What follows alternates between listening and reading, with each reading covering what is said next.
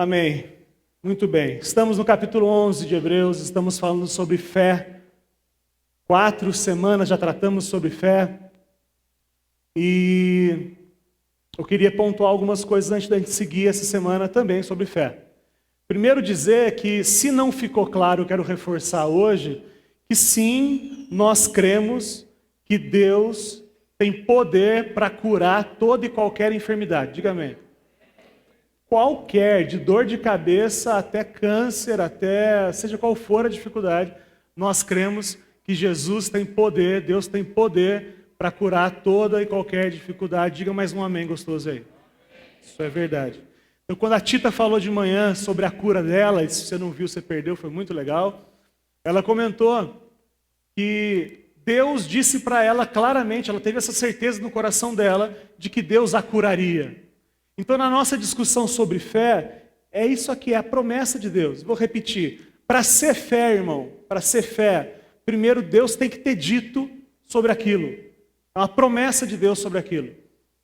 Se Deus disse, vai acontecer. Eu tenho uma expectativa real, uma esperança que não é um desejo que aconteça, é uma certeza que vai acontecer, porque se Deus disse, vai acontecer. E aí o que sobra para mim? Me engajar nisso. Então eu me envolvo naquilo que Deus disse que vai acontecer. A Tita contou esse testemunho. Ela disse claramente que para ela, Deus falou para ela, confirmou no coração dela que ela seria curada. Deus pode fazer isso? Falou claramente, amém. E ela tinha certeza que ia acontecer e ela se engajou. O que ela fez? Deu testemunho. Antes de fazer o exame, ela deu testemunho. Porque se Deus falou, vai acontecer, amém? O que eu disse semana passada é que a cura física não é uma regra para todos nós. Tem alguém doente aqui? Diga misericórdia. Misericórdia. Isso não é falta de fé. O que a Tita disse, eu repito, é que se for o propósito de Deus, se Deus tiver um propósito na cura, Ele vai curar. Mas a gente ampliou muito a discussão semana passada de quanto que não é uma obrigação. Deus não disse que todo aquele que crê seria curado fisicamente. E muitos irmãos morreram doentes. Nós conhecemos alguns irmãos que morreram doentes. E isso não tem nada a ver com a quantidade de fé. Tem a ver com que a nossa experiência humana, nós que somos limitados, Alexandre, ficamos doentes. E Deus tem todo o poder para nos curar, mas também não tem nenhuma obrigação de nos curar. Diga amém. Amém. Graças a Deus por isso.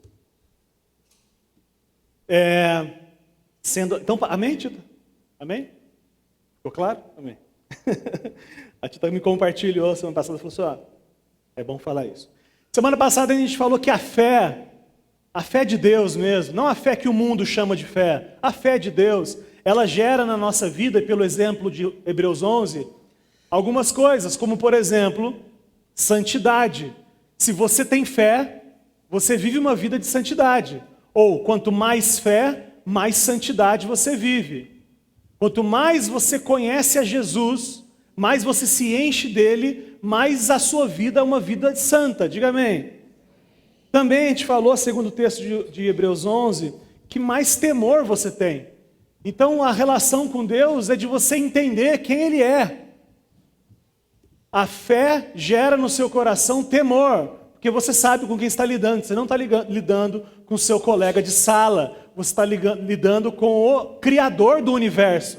Esse Criador do universo, sim, a Bíblia fala que eu devo temê-lo. Sim, a Bíblia fala. Fala também que eu tenho que amá-lo, fala que eu tenho um relacionamento pessoal com Ele, mas fala sim de um temor a esse Deus. E essa fé gera temor. Essa fé também gera desprendimento. Então, pessoas com muita fé são pessoas desprendidas do mundo.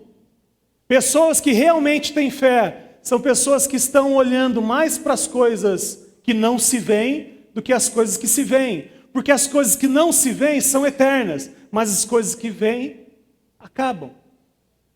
Pessoas que têm fé são pessoas, quanto mais fé têm, mais santas são, mais desprendidas desse mundo são, mais obedientes a Deus são, mais temor de Deus têm.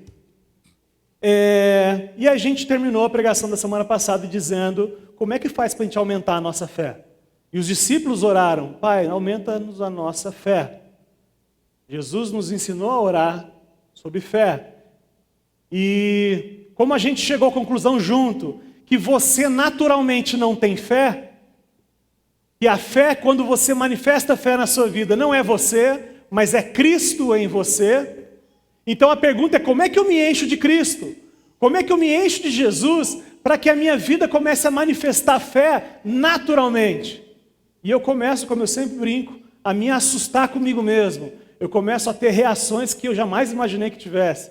Por quê? Porque não sou eu fazendo, é Jesus fazendo através de mim. É difícil vencer algum pecado? Impossível, naturalmente. Mas quando eu me rendo e deixo Jesus reinar na minha vida, aí quem vence o pecado é Ele, não sou eu. É por isso que a glória é dele, não é minha. É por isso que é pela fé a salvação e é pela fé a santificação também. Ele carimbar para você que você está indo para o céu, salvação, é pela fé. Amém. Ele transformar você dia após dia para ser igual a Ele, também é pela fé, não é pelo esforço humano, é pela fé. E por isso que é dele, por Ele, para Ele, todas as coisas. Amém? Amém. Depois você leu com certeza na sua casa, Efésios 5, 18 a 6, 9. Ele deu lá uma relação de coisas para a gente se encher da fé. Depois você leia na sua casa, 5, 18 de Efésios a 6, 9. É uma lista enorme das coisas que nós fazemos de forma consciente e o Espírito se manifesta em nós. Falando entre vocês com salmos, cânticos espirituais. Leia lá depois, vocês vão ver. Você que quer ser cheio do Espírito, diga amém. Porque se você for cheio do Espírito, você vai ser um homem e uma mulher cheia de fé, diga amém. E aí, você tem que ser cheio de Jesus. Você tem que morrer, tem que matar seu velho homem, tem que matar as suas vontades para deixar Jesus se manifestar na sua vida. Bom, todos os homens da galeria, Hebreus 11, quem conhece, já leu, a gente costuma chamar da galeria da fé. Hebreus 11 alguns chamam dos heróis da fé. São homens, há uma lista enorme de homens e duas mulheres, homens e duas mulheres, pela cultura da época, que manifestaram Cristo na sua jornada terrena.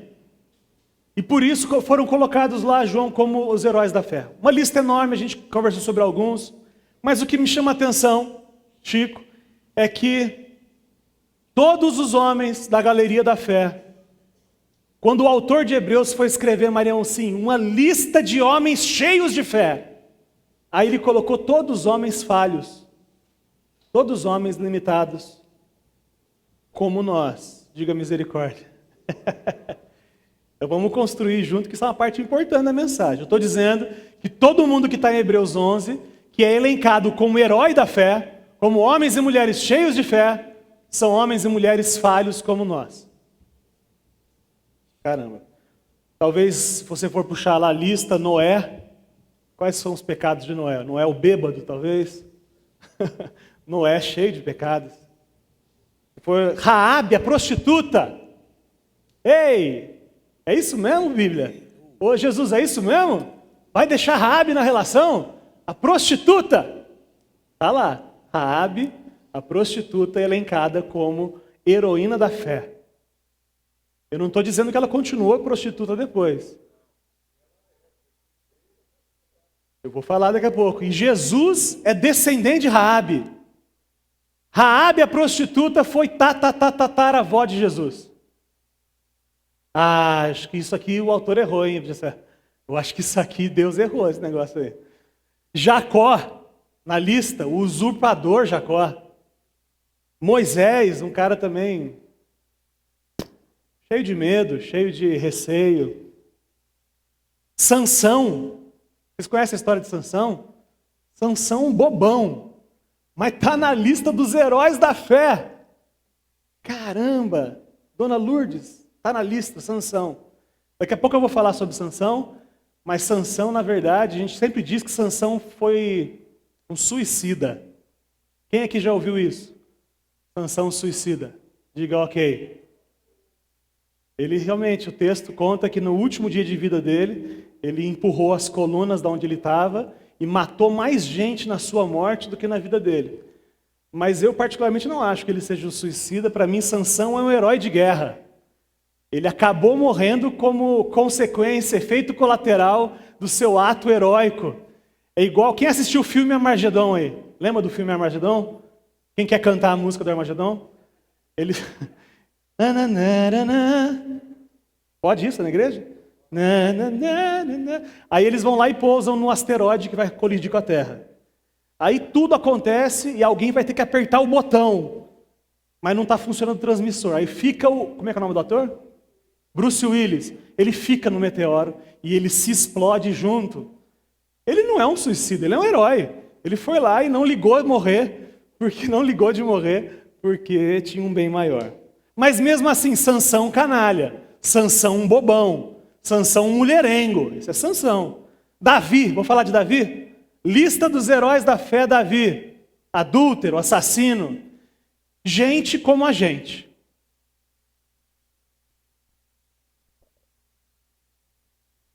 Ou não? Sim? Mas o capítulo 11, irmãos, termina com uma citação sobre eles, dizendo assim, abre aspas, o mundo não era digno deles. Caramba! O mundo não era digno deles. Hebreus 11, 38. Diz assim, o mundo não era digno deles. Está escrito o texto na tela aí. Olha que interessante, sabendo que a única razão para essa declaração sobre eles, qual é a única razão deles serem elencados como o mundo não era digno deles? O único motivo é a fé. Então, sabendo que o único motivo para eles não serem dignos do mundo, ou o mundo não ser dignos deles, e essa fé é a mesma fé que nos salvou e que tem nos transformado, sabendo que nós somos iguais a esses homens adúlteros, trapaceiros, mentirosos e tudo mais, alguns mais educados entre nós, alguns menos educados, mas naturalmente, sem Jesus, nós somos iguais todos eles. Então, sabendo que a única diferença entre eles e o resto do mundo foi a fé, sabendo que é a mesma fé que nós estamos sendo transformados e fomos salvos, sabendo que nós somos iguais a eles em essência, nós podemos concluir que sim, o mundo não é digno de nós também. Diga amém. Você não entendeu. Você entendeu isso, irmão? Eu estou dizendo que eles são gente como a gente. E o único motivo que os faz diferente é a fé, que é a mesma fé que nos salvou e tem nos transformado. Isso significa que se eles não, o mundo não é digno deles, o mundo não é digno da gente também. Amém. Agora, isso é pela fé, isso não é pelas nossas obras. Porque quando eu olho a gente, quando eu relembro as conversas dos gabinetes pastorais, das conversas de discipulado, de confissões de pecado, eu só posso crer e confiar na fé, porque se eu for confiar nas nossas atitudes, nós estamos fritos. Isso é o Evangelho. E é por isso que se nós somos iguais a esses heróis da fé, que se é a mesma fé que os tornou não dignos do mundo, ou o mundo não digno deles, se é isso, e é por isso, então que o Senhor Jesus, Ele vai vir nos buscar. Por quê? Porque aqui não é lugar de gente como Jesus. A certeza que nós seremos arrebatados desse mundo é porque o mundo não é digno de gente como Jesus. E pela fé, Deus já nos considera iguaizinhos a Jesus, embora o processo ainda esteja acontecendo. Pela fé, Deus olha para você pela fé e vê Jesus, vê a obra acabada, vê o serviço pronto. E isso está sendo cada vez mais real na nossa vida. A realidade estabelecida na eternidade, que é, nós somos salvos porque nós somos iguaizinhos a Jesus, Isso está acontecendo dia após dia na nossa vida. Quando eu trabalhava como designer, eu estava fazendo uma arte para um cliente, eu odiava que o cliente estivesse junto. Porque eu mexia alguma coisa, André que trabalha com isso, o cliente falava, ficou ruim. Espera, irmão, eu não terminei ainda. Espera um pouquinho. Aí você começava, não, está esquisito. Espera um pouquinho. Essa é a relação nossa com Jesus. O pessoal chega para nós e fala assim, isso aí está ruim, Lucas. Aí Deus fala assim, espera aí, não terminei ainda. Calma aí, espera um pouquinho, estou terminando. Não, isso aqui está esquisito. Calma que aquele que começou a boa obra, ele é fiel para completar. Até as nações humanas, elas vão buscar os seus membros, como é que chama? Os seus compatriotas, é isso? Os seus... Ajuda, Alexandre? Os seus. As nações vão buscar os seus. O Brasil foi buscar os brasileiros que estavam na China, por causa do coronavírus. O pessoal do exército aí, da marinha, da aeronáutica, também não tem essa de deixar ninguém para trás. Nem os restos mortais a gente deixa para trás. A gente vai lá buscar os nossos. Um exemplo disso é o povo no Egito. Quando o povo foi ser liberto de uma vez por todas do Egito, o faraó queria que ficasse algumas coisas. Vai só vocês, deixa as mulheres. Vai você as mulheres, deixa o gado. Qual foi a resposta de Moisés? Cabeção, eu vou embora e aqui não vai ficar nenhuma unha nossa. É isso que ele falou lá. E é isso que vai acontecer com a gente. Quando acontecer a libertação de uma vez por todas, não fica aqui nenhuma unha nossa. Vai ser tudo transformado. No momento, no abrir e fechar de olhos, ao soar da última trombeta, até essa unha comprida e micosada sua vai ser transformada. Quem tem unha com micose, não diga nada. Não diga nada. Isso está lá em Êxodo 10, se quiser ler, leia depois. Não precisa ler agora não. Tem um texto que fala isso que eu gosto, André. 1 Tessalonicenses 5, 23 e 24. Olha que legal. Que o próprio Deus da paz os santifique inteiramente, que todo o espírito, alma e corpo de vocês seja conservado irrepreensível na vida de nosso Senhor Jesus Cristo. Vamos pausa aí, ó. Que todo o espírito, alma e corpo de vocês seja santificado.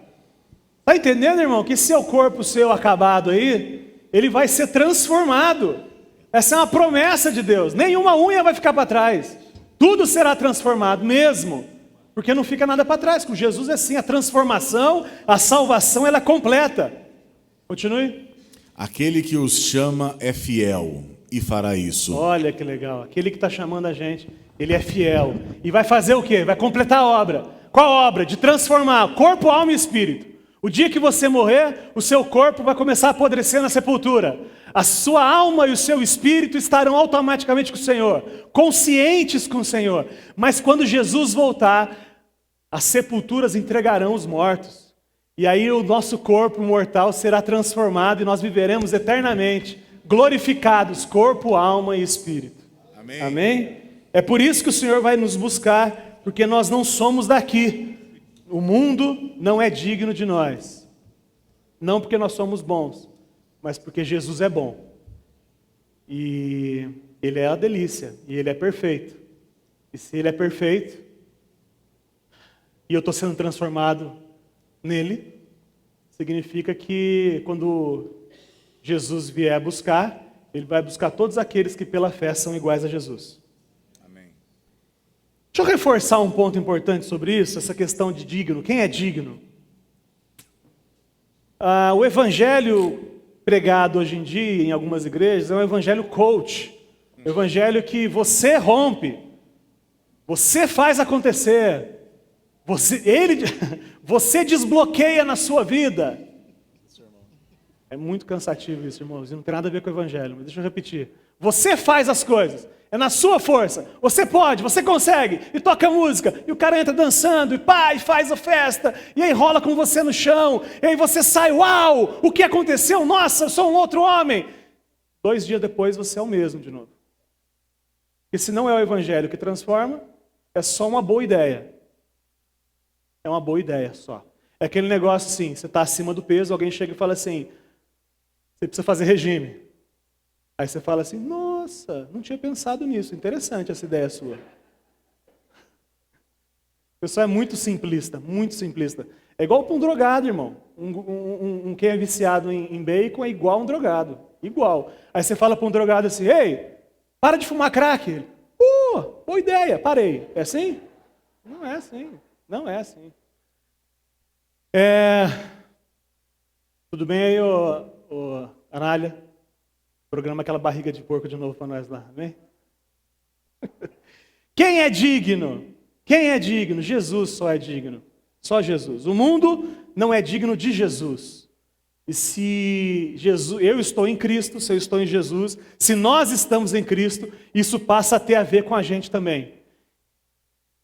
Jesus não é digno desse mundo. E se nós estamos em Cristo, essa conversa tem a ver com a gente também. Isso é muito legal. Tem uma música que fala único. Lembra dessa música, os velhos? A único que é digno de receber a honra e a glória. Único! A força e o poder.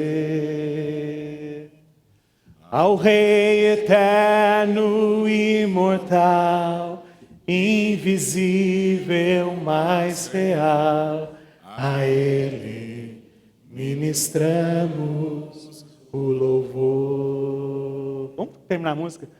Coroamos a Ti, ó Rei Jesus. Coroamos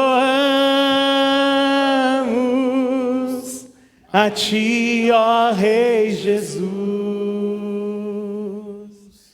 Adoramos o Teu nome, nos rendemos aos Teus pés, consagramos todo o nosso ser a Ti. Amém. Aleluia, Jesus. O único digno de receber, o único digno. Aleluia. Se a gente saísse com essa convicção que Ele é o único, já estava bom, né? Podia parar aqui, ficar aqui, entendeu? De joelho o tempo que quisesse. Imagina que loucura. Hoje, aqui a gente encaixota demais, né? A gente encaixota demais a ação do Espírito. Apocalipse 5 diz assim. Apocalipse 5, 1 em diante. Então vi, na mão direita daquele que está sentado no trono, um livro em forma de rolo, escrito de ambos os lados e selado com 7 selos. Tinha então no trono Deus e tinha na mão um livro. Continue. Vi um anjo poderoso, proclamando em alta voz: quem é digno de romper os selos e de abrir o livro? O anjo, pelo amor de Deus, quem é digno? Alguém digno de abrir o livro, de romper o selo? Diga, o anjo dizendo, continue. Mas não havia ninguém, não havia. Nem no céu, nem na terra, nem debaixo da terra, que podia abrir o livro, ou sequer olhar para ele.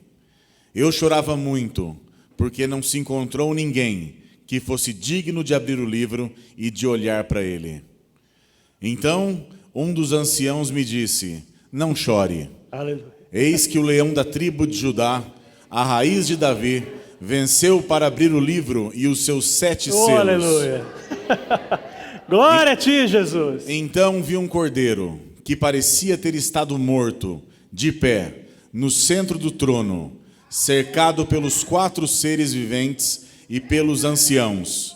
Ele tinha 7 chifres e 7 olhos, que são os 7 Espíritos de Deus enviados a toda a terra. 7. Ele se aproximou e recebeu o livro da mão direita daquele que estava sentado Ele no trono. é digno. Ao recebê-lo, os 4 seres viventes e os 24 anciãos prostraram-se diante do cordeiro. Cada um deles tinha uma harpa e taças de ouro cheias de incenso, que são as orações dos santos. E eles cantavam um cântico novo: Tu és digno de receber o livro e de abrir os seus selos, pois foste morto, e com teu sangue compraste para Deus homens de toda tribo, língua, povo e nação. Ele é digno de abrir o livro, ele é digno, porque ele foi morto, e com o seu sangue ele comprou. Tu os Gente. constituíste de toda tribo, língua e nação e povo. Aleluia. Tu os constituíste reino e sacerdotes para o nosso Deus, e eles reinarão sobre a terra. Aleluia. Então olhei e ouvi a voz de muitos anjos, e milhares de milhares e milhões de milhões. Espera pouquinho, né, anjo, né? Imagina a festa, bicho. Milhares de milhares e milhões de anjos. Eles rodeavam o trono, bem como os seres viventes e os anciãos, e cantavam em alta voz: Digno é o Cordeiro, que foi morto de receber poder, riqueza, sabedoria, força, honra, glória e louvor. Depois ouvi todas as criaturas existentes no céu, na terra, debaixo da terra e no mar, e tudo o que neles há, que diziam: Aquele que está sentado no trono e ao Cordeiro, sejam o louvor, a honra, a glória e o poder para todos sempre. Os 4 seres viventes disseram: Amém. E os anciãos prostraram-se e o adoraram. Glória a Jesus. Não tem ninguém digno? Claro que tem. Não tem ninguém digno de abrir o livro no céu, na terra e debaixo da terra. Presta atenção, está chegando aí. O cordeiro que teve morto mas viveu. Ele é digno de abrir o livro. Isso é uma delícia, gente. Ele é digno, nós não somos. Ele é, pelos méritos dele, nós fomos salvos, nós estamos sendo transformados. É o mérito dele, irmão. Você, sem Jesus, é o que você é mesmo. E você bem sabe o que você é. Aquilo que você faz quando ninguém te vê fazendo e o que você queria fazer se ninguém pudesse te ver. Isso é você, sem Jesus. Mas Jesus tem nos transformado. E aquele que matava já não mata mais, aquele que roubava já não rouba mais. E tudo isso a gente conseguiu na raça. Deixa de ser ridículo. Mérito do Cordeiro que esteve morto, mas reviveu. Aleluia. Jesus, o Senhor é digno, Jesus, de receber.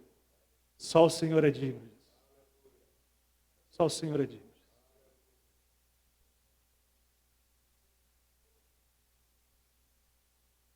Quando a gente olha para a gente, Jesus, a gente não consegue ver razão para a salvação. Nós descansamos no Cordeiro que foi morto e que reviveu. Glória a Ti, Jesus. Glória a Ti, Jesus. Glória a Ti, Jesus. Hebreus 11, 29 a 40, diz assim, eu não vou ler tudo não, Andrezão. Vamos por partes mesmo, tá bom? Versículo 29. Pela fé, o povo atravessou o Mar Vermelho, como em terra seca. Mas quando os egípcios tentaram fazê-lo, morreram afogados. Perdão, vamos no 11. Pela fé, o povo atravessou o Mar Vermelho depois da libertação, em terra seca. Deus abriu o mar e o povo passou. Mas quando os egípcios tentaram fazer a mesma coisa, morreram afogados. O que foi que salvou eles, segundo o texto, é a fé. Agora, os egípcios fizeram igualzinho, ou seja, tentaram atravessar, só que sem fé. A diferença foi a fé. O que manteve um vivo e o outro não vivo, um que morreu, foi a fé. Por que eu estou dizendo isso? Porque o evangelho não é moralismo. Fazer uma coisa boa pela fé, amém. Fazer a mesma coisa boa sem fé, não vale nada. Sem fé, eles foram tentar e morreram. E às vezes eu vejo igrejas pregando, você precisa ser melhor para ser aceito por Jesus. E eu só consigo ver no Evangelho Jesus falando assim, ô cabeção, não adianta você tentar melhorar para vir, você não consegue. Vem que eu faço a transformação. É a mesma atitude de lutar contra o pecado, mas um com fé e um sem fé. Evangelho não é padrão moral. Se você está aqui e ainda não crê em Jesus, tentou ser diferente muitas vezes e não conseguiu, tomou grandes decisões na sua vida, e junto com elas, grandes decepções na sequência, porque você não conseguiu agir segundo uma regra que você estabeleceu para você mesmo, porque na sua força você não vai conseguir. Ou você permanece rendido a Jesus, e é Jesus que vai fazer em você, ou você vai continuar sendo o que você é mesmo, esse ser moralmente esquisito e tudo mais que você sabe. Versículo 30. Pela fé, caíram os muros de Jericó, depois de serem rodeados durante 7 dias. Vamos pausa aí. Atitudes que inicialmente parecem inúteis. Quando Deus manda, rodeia lá 7 dias. Até hoje eu não tenho uma profundeza sobre esse assunto, não. Tenho uma ideia por que ele mandou 7 vezes. Mas não vem ao caso. O que eu estou dizendo é que se Deus mandou fazer, faça. Não precisa explicar, não precisa entender tudo. Eu tenho questões com Deus ainda. Tem questões que eu não concordo com Deus, sabia disso? Não deveria falar aqui na frente de vocês, mas tem. Tem questões que eu faria diferente se eu fosse Deus. Se eu fosse Deus, faria diferente. Faria diferente e errado. Mas faria diferente. Por quê? Porque eu sou um ser desprezível e Deus é o Deus Todo-Poderoso. Então não faz sentido para mim algumas coisas que ele manda fazer. Mas se ele mandou rodear 7 vezes a cidade, vamos rodear 7 vezes a cidade. Se ele mandou não ter outra mulher, não vamos ter outra mulher. Se ele não mandou não relacionar com o jeito do mesmo sexo, não vamos relacionar. É meio inútil na minha cabeça, mas é o que eu vou fazer. Se ele mandou parar de roubar, eu paro de roubar. Se ele mandou parar de namorar com fulano de tal, fulano de tal, para. Deus, não faz sentido, ok, mas é você que está falando. Você está julgando Deus. Deus sabe o que é bom para você. Você está confuso, irmão, você está confundindo. Você tem liberdade de chegar a Deus, eu não concordo. Você tem liberdade de fazer isso. E Deus, como sabe que você não concorda, Ele nem te fulmina na hora. É verdade, não fulmina. Já fiz o teste, já falei para ele. Mas a jornada é de ser transformado. E daqui a pouco eu começo a entender por que a ordem dele é daquele jeito. No começo eu não entendo, mas depois eu começo a entender. Mulheres, sejam submissas aos maridos. Não, não concordo. Não vou falar sobre isso hoje, a mulherada empoderada que está aqui. Um dia eu vou fazer uma pregação sobre submissão, o quanto não tem nada a ver com o que você acha que é submissão. O que você acha que é submissão faz parte de um pensamento mundano, diabólico, que você aprendeu a vida inteira. A submissão bíblica não tem nada a ver com o que você acha que é submissão bíblica. Mas não é assunto de hoje. Mas ele manda. Marido, ame as suas esposas. Não concordo, ela é chata. Não é opcional, obedeça, dê as voltas aí na cidade e os muros vão cair. Se Deus está mandando fazer, faça. E aí você vai experimentar uma vida abundante. Você não tem que experimentar a vida abundante para obedecer. Você obedece e depois experimenta a vida abundante. Glória a ti, Jesus. Glória a ti, Jesus. Muito bem, 31. Pela fé, a prostituta Raabe, por ter acolhido os espiões, não foi morta com os que haviam sido desobedientes. Muito legal. Bom, a prostituta Raabe. Eu acho que só a dela dava para fazer umas 2, 3 pregações dela. História boa dela. Primeiro que eu acho interessante é que a prostituta foi causa de salvação da família dela. Não só ela não foi morta, mas a família dela também não foi. E eu fico imaginando quanto que ela devia ser preterida na família. Quanto que a família deveria escorraçar ela porque ela era prostituta. E aí agora quem vai ser o agente de Deus para a salvação é ela. Eu acho muito interessante isso, como Deus usa os piores. Tá aí o André para não deixar mentir sozinho.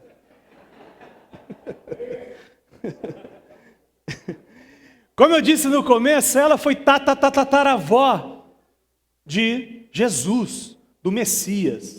Isso é muito interessante também, mas infelizmente o tempo já não vai dar para a gente conversar. Uma mulher empoderada mesmo, essa foi Raabe, uma mulher que de fato sabia o que queria. Aliás, como a gente tem falado, a fé que transforma vasos de desonra em vasos de honra. Não precisa abrir, mas 1 Timóteo 2, ou 2 Timóteo 2, fala isso. A fé transforma gente que deveria ser latrina em vaso de ouro, de honra. Olha que legal isso. Isso é fé, irmão. Isso não é na sua força, não. Na sua força você continua privada mesmo. Aí abre aspas para esse versículo. Não foi morta com os que haviam sido desobedientes. Como assim desobediente? Eu coloquei essa questão, comecei até a refletir sobre. Por que a cidade foi desobediente? Foi desobediente ao quê? Né? Josué 2, 8 e 9 diz assim. Antes dos espiões se deitarem, Raabe subiu ao terraço e lhes disse: sei que o Senhor lhes deu essa terra. Vocês nos causaram um medo terrível, e todos os habitantes dessa terra estão apavorados por causa de vocês. 9. É isso? Não? Já acabou o 9, desculpa. Volta. 9. E lhes disse: sei que o Senhor lhes deu essas terras. Vocês nos causaram um medo terrível, e todos os habitantes dessa terra estão apavorados por causa de vocês. Todos os habitantes da terra estão apavorados. O povo estava vindo. E o povo todo estava apavorado porque o povo de Deus estava chegando. Ou seja, todos sabiam que Deus tinha dado a terra para o povo escolhido dele. Todo mundo sabia disso. E o fato deles resistirem os tornou desobedientes, porque eles podiam ter se rendido. E, inclusive, talvez até morado junto, eu não sei como é que Deus trataria isso. Mas eles resistiram e eles sabiam que o povo estava vindo. E eles foram rebeldes e foram desobedientes, porque eles reconhecem que Deus tinha dado para o povo hebreu aquela terra, a terra de Jericó. Eu queria abrir aspas aqui para o Dionei, um amigo nosso que estará aqui. Dionei, queremos você aqui. Ele vai estar aqui em março, talvez. Ele fala um negócio interessante. Tipo assim, cabe colocar também que o termo em grego para desobediente é aptel. Talvez é assim que se leia no grego. Meu grego está um pouco enferrujado. Eu não falo grego, irmão, só foi uma piada. Talvez foi uma piada ruim, mas foi uma piada. O que significa essa palavra? Não deixar-se persuadir, recusar ou negar a fé. Negar a fé e a obediência, não obedecer. Então esse termo que eles foram desobedientes significa que eles resistiram, eles rejeitaram o que Deus estava fazendo. Aliás, eu abro um parênteses aqui, o quanto que nós fomos exatamente assim durante muito tempo da nossa vida. Ou como você está aqui hoje resistindo. O Espírito Santo está falando, o próprio Deus está batendo a porta do seu coração gentilmente, e você fala, eu não abro não, você vem. Ruim, né? Eu fiz um intensivão com o Bozo hoje, Deixa eu voltar. É verdade isso, irmão. Não resista. Se o Espírito de Deus está falando no seu coração, se renda. Abra a porta por dentro. Ele vai entrar e você vai almoçar com ele. Já pensou em almoçar com o Criador, irmão? É a promessa dele. Ele diz, eis que estou à porta e bato. Se alguém abrir a porta, eu vou entrar e vou almoçar com ele. É a promessa de Deus, irmão. Delicioso. Eu não vou entrar nessa questão, mas a palavra fé é uma dubiedade aí do grego, e eu vou deixar isso para o Dionei, quando ele estiver aí, ele vai explicar melhor para a gente essa questão de fé como crença e fé como fidelidade. Fé, segundo o texto do grego, necessariamente é crer, mas também é ser fiel, é uma reação, mas ele vai fazer isso para a gente depois. Sabe o que eu acho legal nessa história de Raabe ainda? Como é impressionante como a salvação sempre esteve disponível. A salvação sempre esteve disponível fora das cercas judaicas. Quando você vê o Velho Testamento, Raabe não era judia. Raabe era uma gentia, segundo a expressão bíblica. E ela foi salva. Assim também cabe bem a reflexão nossa, o quanto que existe gente, existe salvação fora das cercas evangélicas também. Você crê nisso, irmão? Te incomoda, né? Você acha que Deus um dia aceitou Jesus e virou evangélico? Você acha isso? Eu estou ligado que você acha isso. Não é, não. Aliás, graças a Deus não é. A salvação sempre foi por Cristo, sempre esteve disponível de Adão até hoje, a salvação é por Cristo. Não tem outra forma de você se salvar, a salvação é por Cristo. Somente por Deus que morreu no seu lugar. Tem um texto antes de a gente seguir de Jeremias 9:25, os velhos da igreja. Presta atenção que interessante o texto. Vem chegando os dias, declara o Senhor, em que castigarei todos os que são circuncidados apenas no corpo. Interessante isso, né? Muito interessante isso. Eu vou castigar todos aqueles que são circuncidados apenas no corpo. Aqueles que só parece que creem, mas não creem. No contexto judaico, a circuncisão era uma marca de que a pessoa pertencia ao povo de Deus, mas era uma marca na carne. Gálatas vem falar que a circuncisão não é mais na carne, é no coração. E aí Deus, quem que vai ser castigado? Inclusive, aqueles que pareciam. Muitos evangélicos serão castigados. Infelizmente, muitos evangélicos, aqueles que se sentem detentores da salvação, não estão salvos, estão indo a passos largos para o inferno. Por isso que o congresso dessa conferência desse ano, o tema é o Evangelho aos Evangélicos, é o tema. O Evangelho aos Evangélicos. Porque no passado acreditou-se, meu pai fala isso, que o grande celeiro de almas seria a Igreja Católica. Mas hoje dá para perceber clarinho que não existe nenhuma diferença religiosa entre evangélicos e católicos, e a salvação precisa chegar para evangélicos e católicos igualmente. É porque eu posso ser evangélico, eu posso ser católico, eu posso ser espírita e estar indo a passos largos para o inferno.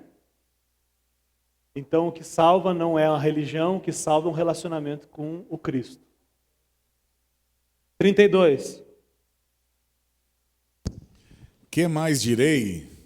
Não tenho tempo para falar de Gideão, Baraque, Sansão, Jefté, Davi, Samuel e os profetas. Dá um tempo aí. Eu não tenho tempo para falar. Ele falou, que mais direi? Eu não tenho tempo para falar. Ele cortou o sermão no meio. É igual eu faço às vezes aqui. Eu vejo que não vai dar tempo, olho no relógio, não vai dar tempo para ler isso aqui. Aí o que ele fez aqui? O autor de Hebreus fez a mesma coisa. Não vai dar tempo para falar de Gideão, Baraque, etc, etc, etc. Leia do 33 ao 37, por favor, André. Os quais pela fé conquistaram reinos, praticaram a justiça, alcançaram o cumprimento de promessas, fecharam a boca de leões, apagaram o poder do fogo e escaparam do fio da espada. Da fraqueza tiraram força, tornaram-se poderosos na batalha e puseram em fuga exércitos estrangeiros. Houve mulheres que pela ressurreição tiveram de volta os seus mortos. Alguns foram torturados e recusaram ser libertos, para poderem alcançar uma ressurreição superior. Outros enfrentaram zombaria e açoites. Outros ainda foram acorrentados e colocados na prisão, apedrejados, cerrados ao meio, postos à prova, mortos ao fio da espada. Andaram errantes, vestidos de pele de ovelhas e de cabras, necessitados, afligidos e maltratados. Dá um pause aí, olha só. Cada caso desse que ele cita, a gente consegue pegar uma referência no Velho Testamento ou na história do povo judeu. Eu não vai dar tempo de falar mesmo, como ele não deu tempo, também não vai dar tempo de eu falar. Mas no livro de Hebreus vai ter lá, você vai poder comprar o livro. Ou vou te dar o livro, sei lá, se não tiver dinheiro, mas vai ter lá a relação de todas essas histórias. Profetas que foram cerrados ao meio. A Bíblia algumas vezes não conta, mas a história judaica conta sobre Isaías, por exemplo. Não é assunto de hoje. Versículo 38, André. O mundo não era digno deles. Vagaram pelos desertos e montes, pelas cavernas e grutas. O mundo não é digno, a gente chegou à conclusão da gente. O mundo não é digno da gente. Não porque a gente é bonzinho, mas porque Jesus mora em nós. O mundo não é digno de você, diga amém. Infelizmente, às vezes a gente se faz digno do mundo. Infelizmente, a gente vive como se pertencesse ao mundo. Infelizmente, quando a gente analisa onde é que está o seu tesouro. Onde está o seu tesouro? A Bíblia fala, onde você tiver o seu tesouro, está o seu coração junto. Você vive pelo quê? O que te move? Quais são as energias? Você gasta energia da sua vida com o quê? Se mantendo digno desse mundo? É isso que é o seu projeto de vida?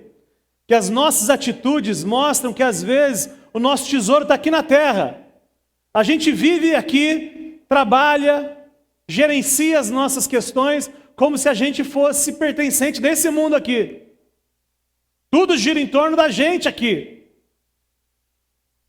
Eu tenho convicção que quanto mais fé, mais o mundo e o que ele oferece vai ficando acinzentado.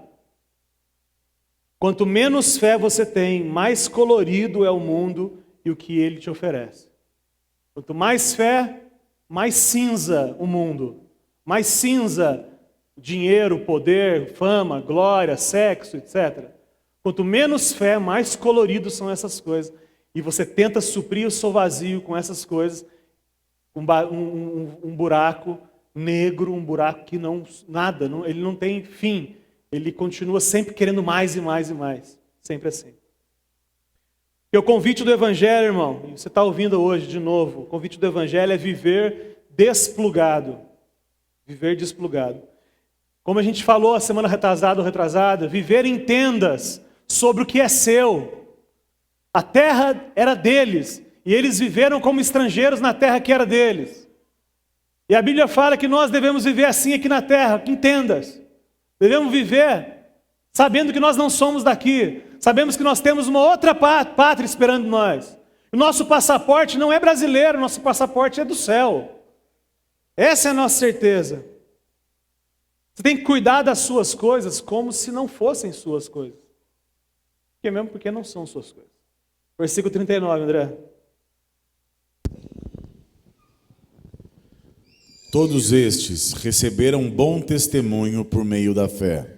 No entanto, nenhum deles recebeu o que havia sido prometido. Todos estes, aos olhos humanos, esses homens foram perdedores. Aos olhos humanos, esses homens foram perdedores. Talvez como você se sinta perdedor aos olhos humanos também. Mas que são exemplos de fé, são manifestações do Cristo na história. Eles morreram sem ver o que havia sido prometido. Mas tecnicamente eles receberam. Olha que interessante isso. Fé é a certeza que vai acontecer o que Deus prometeu que aconteceria, amém? Fé é a certeza que vai acontecer o que Deus disse que ia acontecer. Sendo assim, se eu tenho certeza que vai acontecer, ter ou não ter é só um detalhe. É uma questão de tempo até eu ter. Então eu já vivo como se eu tivesse. Isso é fé. Aliás, o pastor Eros tem uma frase que é dele, abre aspas. Quando ele morrer, bota uma foto preta e branca dele e coloca essa frase. Que é a verdade recebida com fé se torna um fato. A verdade recebida com fé se torna um fato. O mundo não era digno desses homens que morreram. Deixa eu falar uma coisa para vocês. Me dê mais alguns minutos. O martírio, sabe o que é martírio? Sabe o que é ser martirizado? O que é? Isso. O que é? Zum, zum, zum. Ser judiado, maltratado, sofrimento, no caso, pela causa de Cristo. Homens que morreram pela causa de Cristo. Esse me é um tema muito caro. Esse é um tema que me é pesado falar sobre isso. Porque eu achei, inclusive no passado, que a morte física não era uma opção. Eu erradamente achava que todo mundo tinha que ir morrer mesmo. Tinha que ir para morrer. E eu vejo na Bíblia hoje que não é assim. Eu tenho que estar pronto para tudo, inclusive para morrer. Os mártires bíblicos, eles viveram essas experiências, a gente conhece histórias. Existem mártires também não bíblicos, que a história conta, do passado e também contemporâneos. Eu tenho muitas histórias de, nesse momento, pessoas sendo martirizadas por causa de Cristo. Pastor Eros e o Quinho oram diariamente pela igreja perseguida e a igreja que está sendo martirizada hoje, em 2020. Nesse momento, existem containers com irmãos nossos, que 50 graus de dia e menos 10 à noite, e é só assinar um papel rejeitando a fé que eles são libertos. E eles entendem que não faz sentido. Não faz sentido dizer que não creem em Jesus. Porque eles creem. Vou mentir que não creio? Não faz sentido. Histórias do passado e histórias contemporâneas. Eu já contei histórias sobre os irmãos moravianos, que eu não vou contar hoje, André. Mas é apaixonante. Homens que se venderam como escravos para pregar para os escravos. Exemplo lá, século XVIII. Mas também uma irmã me parou na rua esses dias, uma irmã que já não está mais aqui, faz um tempo. E ela falou, Lucas, eu resolvi me vender como escravo para pregar para os escravos. como você contou uma vez lá na igreja. E eu fui para congregar numa igreja que eu não tenho nenhum prazer, mas eu vou lá para fazer diferença naquela igreja. Eu me vendi para os escravos para pregar para os escravos. Histórias de antes, histórias de agora. No século XV, tem um cara chamado Savonarola. Alguém já ouviu falar desse cara? Bruto, homem bruto. Depois de ser amacetado, cortado, colocado naquelas rodas de tortura, e já a sua cabeça está desconectada do seu corpo praticamente, ou seja, paralítico, tetraplégico, ele ainda falava, ele ainda testemunhava sobre Jesus. E aí foram cortar a língua dele. E aí o cara falou, você quer dizer mais alguma coisa?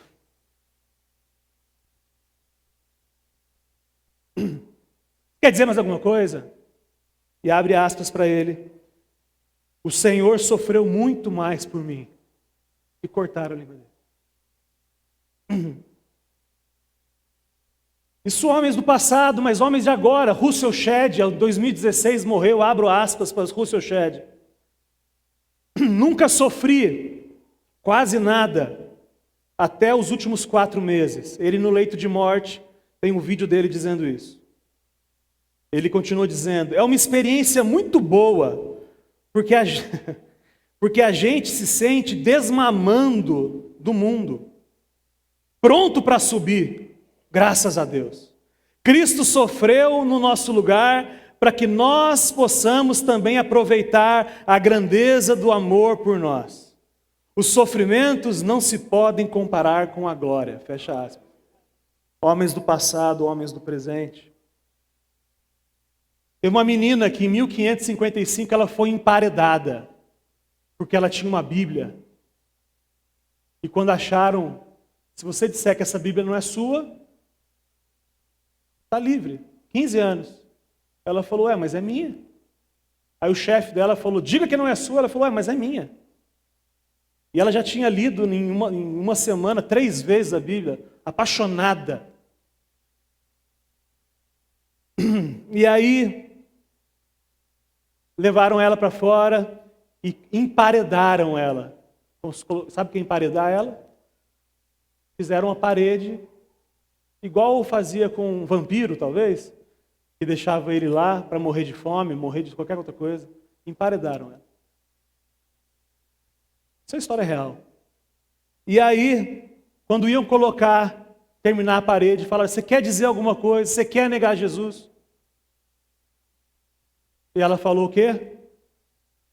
Cadê o último tijolo? Pode colocar. Isso no passado.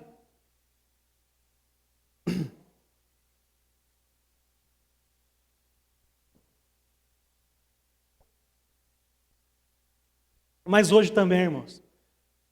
Conheço muitos casos, eu pude compartilhar com vocês, de homens e mulheres que terminaram namoros, levaram uma vida sexual santa, abandonaram empregos, porque não eram coerentes com o Evangelho. Podia contar para você da irmã, estudante de direito, que para não ficar com um livro xerocado, uma cópia, que ela entendia que não era certo, ela trabalhou de faxineira na igreja para comprar o livro de verdade. É um exemplo bobo. Homens e mulheres que o mundo não é digno. Gente que abre a casa para receber gente chata em hippie, para mim é a mesma coisa. Mesma coisa. Gente que vai cozinhar no feriado para os adolescentes. Gente que se preocupa com gente, sabe? Isso é a verdade do Evangelho. Podia falar de um irmão que encontrei com ele à noite na igreja. Deixa eu respirar, senão eu fico... Encontrei com ele à noite na igreja e ele estava trabalhando porque ele dispensou o profissional daquela área para ele mesmo fazer, porque ele precisava colocar em dia a contribuição dele. Não sei se vocês entenderam o que eu falei. Entenderam? Confuso. Estou dizendo de um irmão que trabalhou fora do horário dele, porque ele naquele mês não poderia contribuir.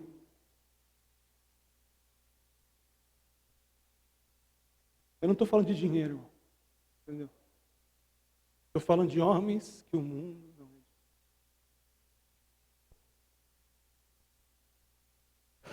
No passado, eu achei que eu devia ir para a janela. Deixa eu respirar de novo. Alguém quer cantar uma música, por favor? André, pode cantar, por favor. No passado, eu achei que eu tinha que ir para a janela 1040. Sabe o que é a janela 1040? É o lugar no mundo onde o evangelho é mais perseguido. Queria ir para morrer lá. E aí eu descobri que o que eu tenho que estar pronto para morrer, não precisa ser lá, pode ser aqui. Aí eu descobri que vocês são a minha janela 1040. Que o que vale é entregar a vida lá ou entregar a vida aqui, pastoreando, cuidando. Homens e mulheres que o mundo não é digno. Leia, André, Hebreus 11:40, para terminar. Deus havia planejado algo melhor para nós, para que conosco fossem eles aperfeiçoados. Olha que interessante isso. Deus havia planejado algo melhor para nós, para que conosco fossem eles do passado aperfeiçoados. Por quê, irmãos? Porque nós somos o resultado de eles não terem flexibilizado, eles não terem abandonado a fé. Esses irmãos do passado que enfrentaram o que enfrentaram, gerou hoje isso aqui que nós estamos vivendo. Nós só estamos vivendo isso porque no passado os irmãos fizeram o que fizeram. Porque existe só um corpo sendo edificado. E que quando eles viam a morte deles física, ele falava assim, cara, eu sei que o corpo de Cristo está sendo edificado, ainda que seja pela minha morte. Então existe só um corpo de Cristo sendo edificado na história. Eles conosco e nós com eles. No passado, na história. Nós estamos aqui hoje, nós somos o resultado de eles não terem abandonado a fé. E os nossos descendentes terão onde se espelhar. Diga amém. No caso em nós. Quando a gente entende que existe algo muito maior que nós acontecendo, que não tem a ver com a gente, mas tem a ver com Ele, a gente assume a nossa missão como um tijolinho, porque o alicerce é Cristo. A gente entende a nossa missão na história.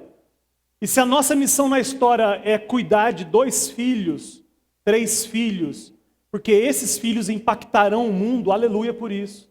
Se a nossa missão é ser um pregador internacional, aleluia por isso. Se a nossa missão é ser um grande contador, um grande fazedor de massa, um grande seja o que for, se é essa a nossa missão, a gente vai ser. Porque tem um corpo de Cristo sendo edificado e a glória é toda de Cristo. Toda de Cristo.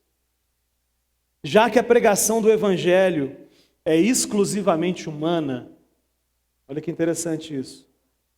Os anjos queriam pregar e não puderam.